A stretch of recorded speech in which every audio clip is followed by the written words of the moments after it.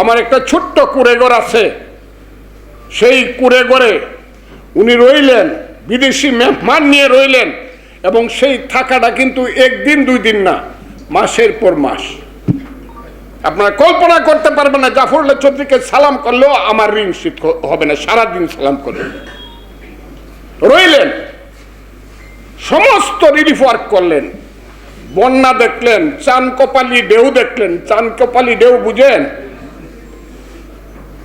হাওর অঞ্চলে না গেলে চানকোপালি ঢেউ বুঝবেন না। সাদা ঢেউ আসে দক্ষিণ থেকে, অনেক বড় বড় ঢেউ, এটাকে আমরা বলি চানকোপালি ঢেউ।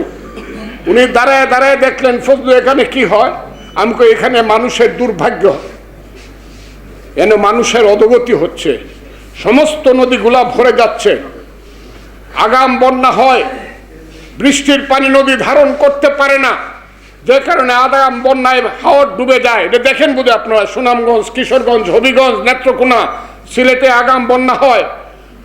জাফর ভাই, আমার বাড়ির দক্ষিণ দিকে যে হাওরটা, এখানে 20,000 একর জমি আছে, আপনি যদি একটা বেড়িবাঁধ দিয়ে দেন তাহলে 20,000 মানুষ বাঁচতে, 20,000 একর জমি বাঁচবে, 5টা ইউনিয়নের 5 লক্ষ লোক বাঁচবে। এত বন্যার মধ্যে আমি বেড়িবাঁধ দিতে পারবো? তার সঙ্গে দুলাল নামে একজন লোক ছিলেন, এখনো বোধহয় গণস্বাস্থ্য কেন্দ্রে দুলাল সাহেব আছেন, বোধহয় দুলাল সাহেব। দুলাল, ইউএনডিপির সঙ্গে যোগাযোগ করো, জিয়াকে ডাকো। জিয়া খুব ফর্সা মানুষ ছিলেন, আমার মনে তো উনি বিহারি বা পাঞ্জাবি মানুষ। আরেকজন ছিলেন সাহেব নামে একজন যুব কর্মী ছিলেন, ছাত্র রাজনীতি করত। আর ছিল শিশির ভাই।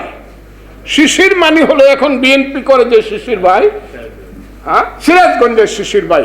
বললো দেখো এটা করো। শেষ পর্যন্ত উনি বললেন আমি এই বেড়িবাঁধ দেবো, যেটা কল্পনা করে না বাংলাদেশে কোনো মানুষ। তখন লোক ছিল বাংলাদেশে 13 কোটি। 13 কোটি মানুষ কেউ চিন্তা করে নাই যে হাওয়ার এলাকাতে চানকোপালি ঢেউয়ের মধ্যে 35 কিলোমিটার একটা বাঁধ হতে পারে। উনি শুরু করলেন, দেশি বিদেশি সমস্ত টেকনিক্যাল আনলেন, সমস্ত জায়গা পরিমাপ করলেন। পরিমাপ করে বললেন তোমার এলাকাতে টাকা লাগবে 15 কোটি। এই 15 কোটি টাকা দিয়ে আমি একটা মাটির বাঁধ দিব।